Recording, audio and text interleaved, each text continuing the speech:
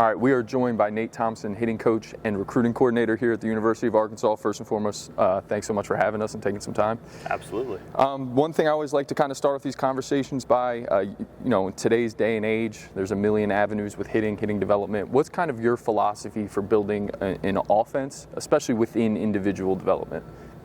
At the end of the day, it's all about creating as many runs as possible, whether it's with power baseball or speed or short game, it all adds up.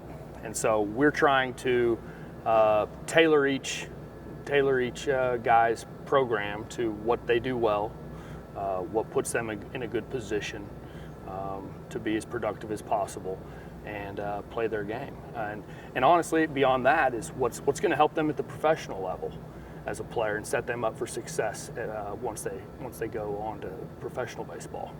Sure, and then what's kind of the messaging like to them, creating that buy-in for them? Because as you said, like kind of helping them point out their strengths and what makes them best. How do you go about, the messaging, and is it just constantly reaffirming things to them, or how does that, where is it showing them, hey, look, this is how you're successful? What does that process look like for you?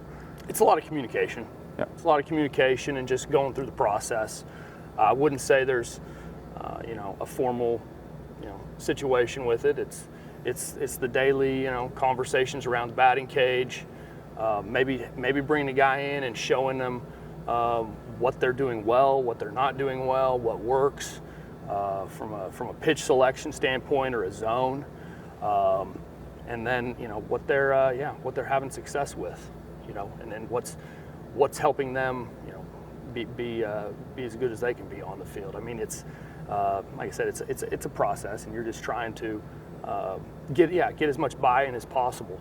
The fact of the matter is, though, is nothing matters if they're not bought into it. Sure. It doesn't matter what anybody else knows, what any coach out there knows, what any data says. It's about what the player believes and what they're able to do. And then how important then is the relationship building piece of that? Because like you said, if they're not, bought in themselves, and if they're not believing in themselves and understanding what they need to do, and you have to build that trust, I would imagine, when does that process start, and what's that like? Isn't relationships kind of the biggest key there? Well, hopefully it starts in the recruiting process, and as you're showing them that, hey, this is what we see you doing, this is what our vision for you is as a player and what you're capable of, and then when they get here, the proof's in the pudding a lot. One of the things that I like to try to do as a hitting coach is let the player play. Yeah. I tell them all the time in the recruiting, experience that, hey, we're not recruiting you because we want to fix you, because we want to change you. We like you for who you are. If I wanted something else, we'd just go recruit something else. Mm-hmm. But, we're trying to recruit the kind of guy that, fits our system, fits our style, and then put him in super competitive environments that allow him to, show what he can do. And the proof ends up being the pudding. The old phrase, the cream rises to the top. Yep. And after so many at bats and during fall ball, a lot of times, you have some stuff that you can talk about with a guy. And I'm not into fixing things that aren't broken. Sure.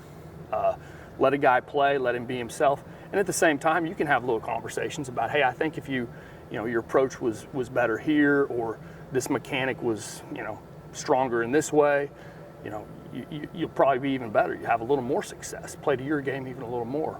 But it's all about, what the player's bought into. And so, you got to let them compete, got to let them see what they can do, and then against this high level of play, Sure. Sure. Against these types of pitchers, this type of stuff. Most guys, when they come into our program, they've seen good pitching before, but not as consistently as they're seeing it now. I think that's the difference between high-level high school baseball and the types of players that we're recruiting and playing in the SEC consistently. Coach Hobbs and I like to say, when we're in the recruiting process, that the pitchers' best competition is our hitters. And our best competition all the time and best training is against our pitchers. And so iron sharpens iron, and when you're going best on best all the time, you might end up taking some lumps and finding some things you need to work on and get better at. And so then the player's receptive to, okay, what I need to do as a player to take my game to the next level. And then to that point then, like, you know, when you get guys first in here, how much of your job is like kind of just mental checkups and making sure that they're not, you know, kind of nosediving mentally, because it is a step up, because like you said, hey, you're not recruiting them because they can't play here, right. But there is a jump and you have to kind of get acclimated to that level of pitching. Yeah, no, there's an adjustment period there for most players. I mean, the fact is you haven't played baseball long enough if it hasn't made you pretty much like break down and cry. Yeah.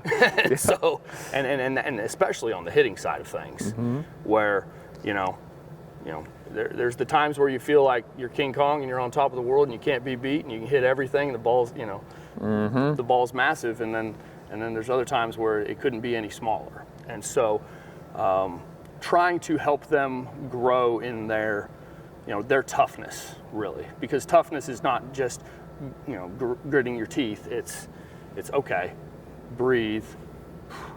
Can I get back to a good approach right here, and just go compete with what I have? You know, you're not going to feel good every day. Right. You're not, you know, it's the same way on the pitching side of things. You're not going to have your best stuff every day. How well can you compete on the days that you don't feel great is the separator. And so for the hitters, finding things that give them success, defining success for yourself. And that might sound cliche, but it's really true. If you hit the ball hard, you can, you know what Steve Stringer said, you hit the ball hard, you win. Yep. Yeah. So, hey, chase hard contact, help the team win, find a way to have a quality at bat. You know, be tough. Get your best swing off at some point during the at-bat. How tough are you with 2 strikes? All these things are great ways to define success for yourself as a hitter, and they help you keep your head above water when you're not feeling good. Do you find there are times when a guy might, you know, have an 0 for 8 weekend, but he's put together good at-bats, and then you come in after the weekend and they're looking to tinker something, and you got to be like, whoa. I know you went 0 for 8, but like, let's actually break these down. And like, what's that conversation like of having to be like, hey, you're fine. The results might not be there, but everything else you're doing is good. It's tough because everybody wants the reward. Right. You know, and when you do things right consistently, it's not supposed to necessarily go like that. But that's baseball sometimes, you know. And so, talking to them about it, usually having more than one voice in their head about that, and like, hey, stay with the process. Yeah. And like I said, that's easy for me to say. You know, it's not my stat line, but it is. But it is. Right. Because I'm right there in there with them. Like, you know, their stats are my stats, and so we try to you know, preach the right things to them, and I think over time they kind of find that those things work. Yeah. We talked a little bit about kind of the jump up in facing the pitching when guys get here. When you get your freshmen in and your young guys, is that the biggest adjustment they have to make? What's the biggest adjustment from going from high school to trying to, you know, make a difference here at Arkansas on the offensive side of things? I mean, obviously it's the pitching's better, the stuff's better.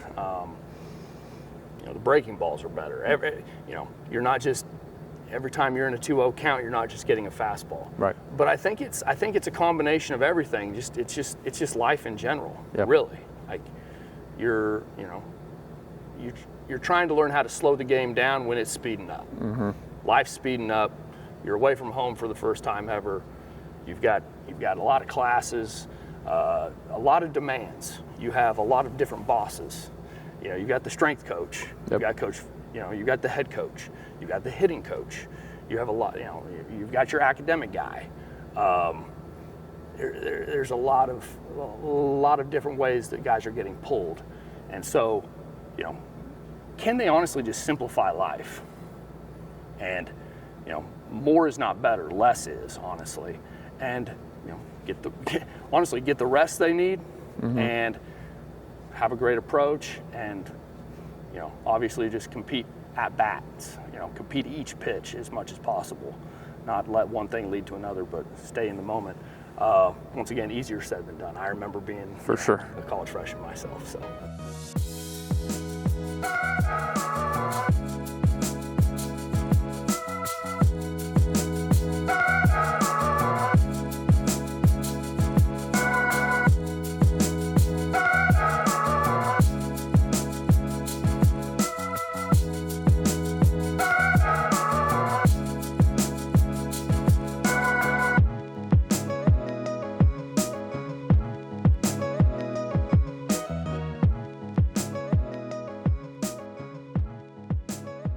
All right, we see some of the hack attacks and stuff you guys have in this facility. Talk about creating challenging environments for your hitters and why that's important for them to, maybe not always be in the feel goods in practice, but maybe get, eaten up a little bit. Absolutely. Yeah, no, trust me, we do take feel good BP, and I like to let our guys smash and see the ball fly. But at the same time, most of our training is going to be the type of stuff that it's game-like. When we'll start off our day, a lot of times we might start off with some easier type flips and work there that feels good. But after that, man, the baseball starts to move and it starts to go fast, and we start to come at different angles and velocities and try to challenge your ability to actually hit. In my opinion, hitting is being able to just adapt to whatever you're seeing. Whether it's you have a carry fastball or a sinking fastball, your ability to manage that and create a move that's going to compete against it. The same thing with a pitch, a slider moving away or a slider move to the inside. It works where you have to be adjustable, and so creating those tough environments is really important. Getting guys, and it's cliche, but comfortable being uncomfortable, and honestly also knowing once again how to define success for yourself, because when you're facing tough environments, you're not going to square them all up. If you go 5 out of 10 against something that's an effective velocity toward mid 90s or 100, that's maybe pretty decent compared to going 9 out of 10 against a BP fastball. Sure. So you need it all. You need it all. It's hard to replicate the types of breaking balls that our guys see without machines, obviously. And so we do a lot of machine work. We also do a lot of arm work, and we make the baseball come at different angles and tilts and everything to try to mimic what we're going to see in the game, and honestly be able to adjust an approach that we need against it. Is it a see it up? Is it a see it down? Is it a see it in? Is it a see it away? The other piece I feel like has been helpful during this with helping guys through the competitive environment is, half the battle is what you swing at. It's not just hitting the ball. It's taking the pitch that you need to, and trying to put that into our training as well, because there's not very many good hitters out there that swing at bad pitches constantly at all or ever.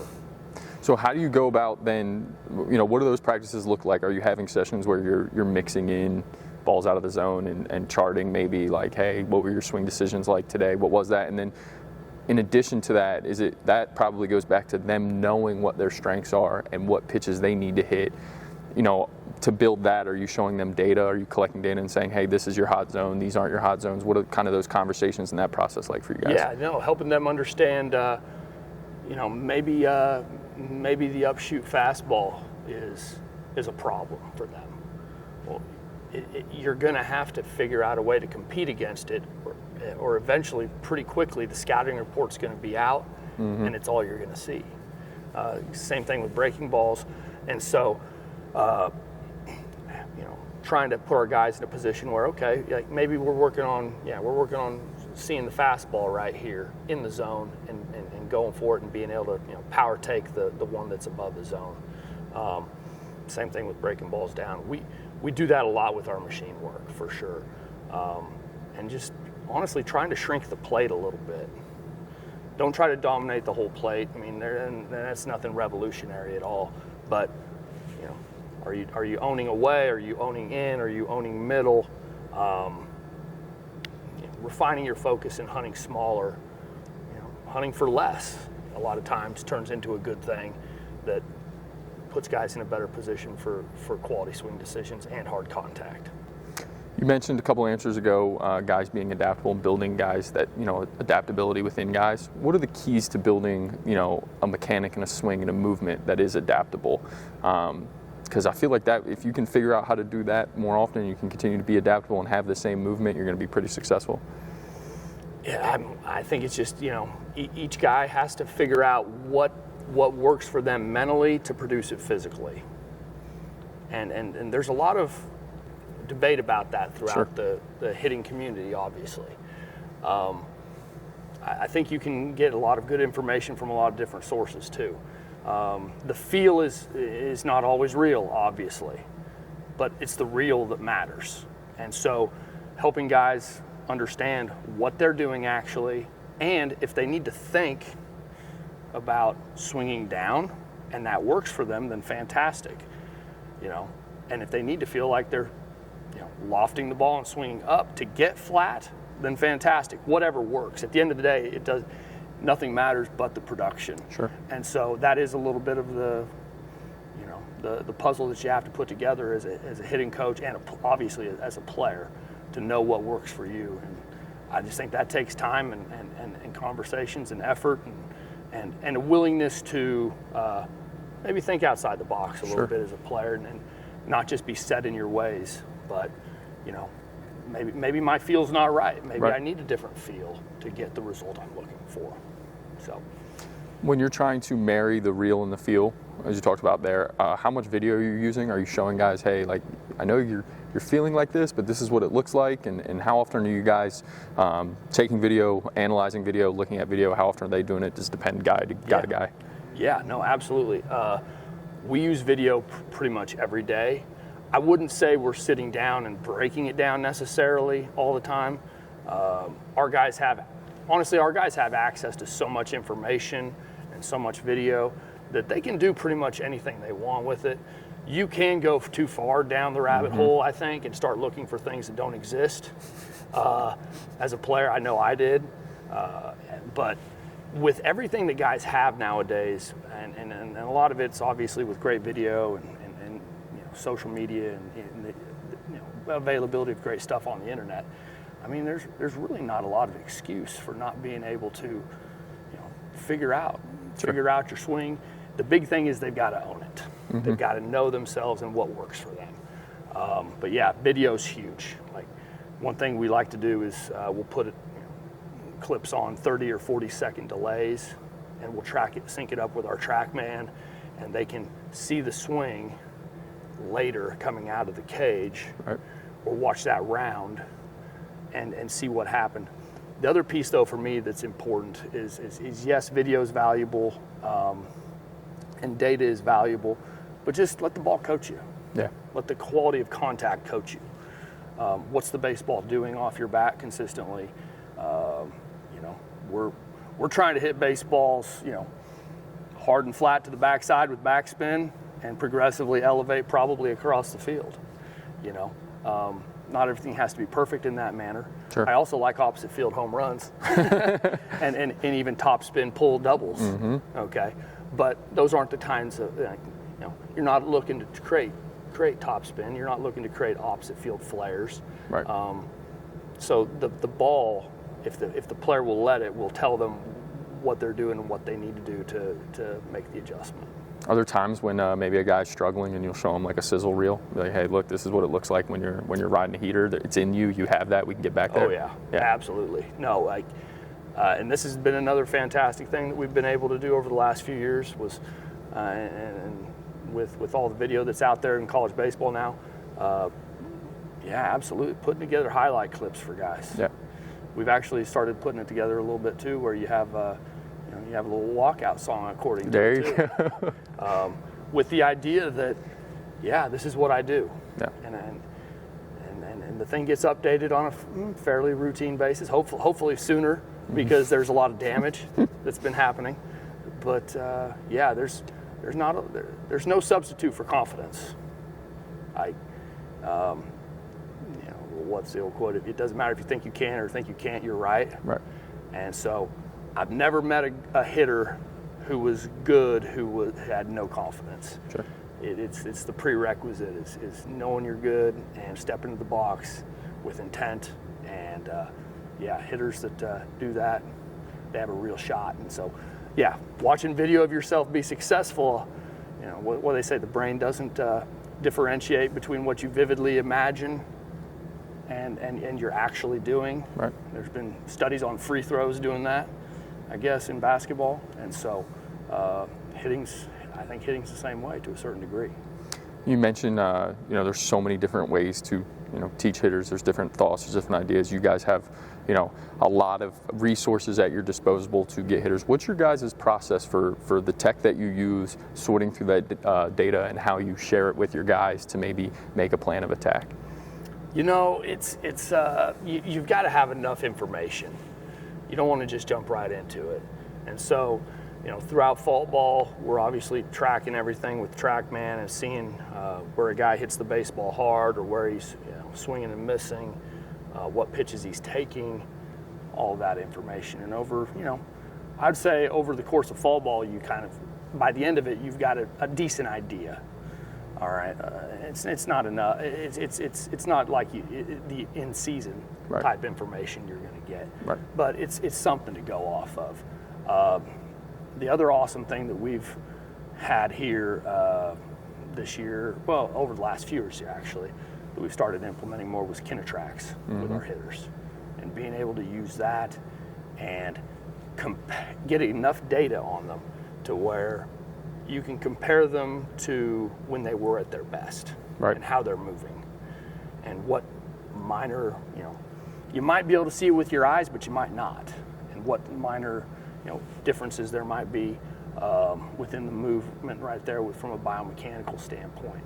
And so that's in the 2025 season, that was actually probably the first year where we were really able to make quicker adjustments with it than ever before, and it proved out very valuable. How do you go about then deciding, like, hey, this is what we need to work on today? And is it different for every guy? I mean, I'm assuming you're building it all within a team approach, but different guys need different things on different days. But how do you go about deciding, hey, this is what's most important for you on this day, and maybe for us on this day? Because, you have all these resources, you have, a million different ways you can go with things, and you don't want to get bogged down or focus on the right things. How do you kind of go about making that decision? You just have to spend the time taking a look at it, and really just spend the time putting the plan together. Yep. And the player needs to know what he needs to do for himself. And that obviously needs to be communicated, and they have to understand it and be bought into it. You're going to have your team approach and your team things that you're working on pretty routinely, and the things that are kind of like touch points that you need to take care of to help your total offense be good. But beyond that, individual guys need to be working on things that within their game that are difference makers for them, that stand out, what good or bad. Right. And they need to develop their own routine. That's one of the things that I really preach and try to help them with. Is I give them a sheet of paper before the fall, and I'll say, hey, you need to write out your routine. And then there's several sheets of paper here. Create it, mentally, and write it down on the paper. So that way you can live up to it and create it physically.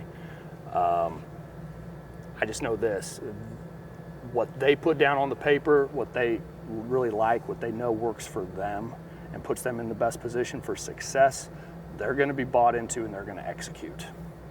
And if there's something on there that I really don't like or I think is detrimental, then we're going to talk about it. But for the most part, that's their thing, and as long as they're executing it, they're better for it than we are too. How do you go about then? Like, is there check-ins where, hey, maybe we need to adjust the routines, or are there times when you have to go the other way where you might have a guy or two that constantly wants to change routine and tinker every day, and you got to be like, hey, trust it for a little while longer? How are you managing that with 20 some odd hitters? Yeah, I mean, each guy has to figure out how much work they have to put in for them and what they need to continue to do. Right.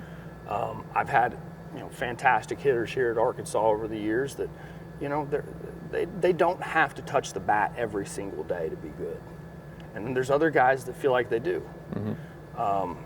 You can also hit yourself into a slump, honestly. If the blast motion says that you took 500 swings that day, it's probably time to stop. It's probably time to slow down. Less is more, quality over quantity.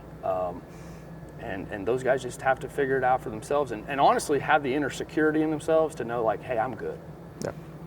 Just because the one more guy, one more, don't be that guy. Be able to go, you know what?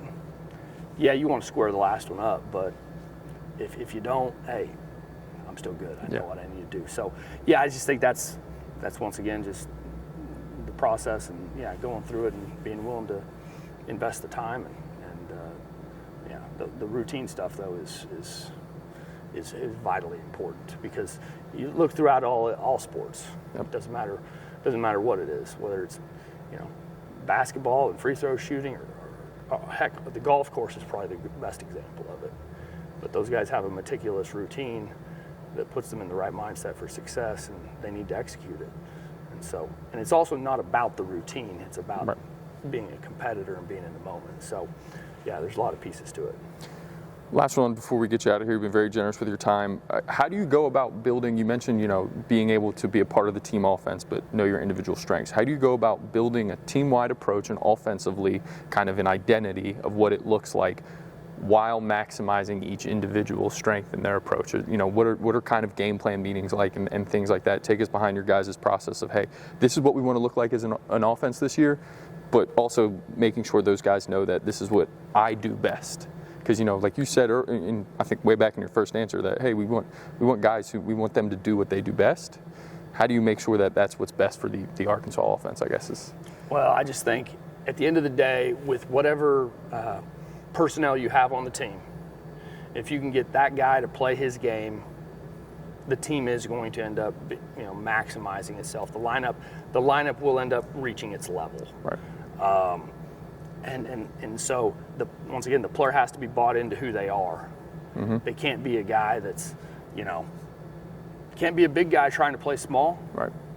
And can't be a little guy trying to play, or a speed guy just trying to play big. Right. It has to be for the team, and there has to be an understanding of, that this is what makes me as good as I can be, and that's what's going to be good for the team.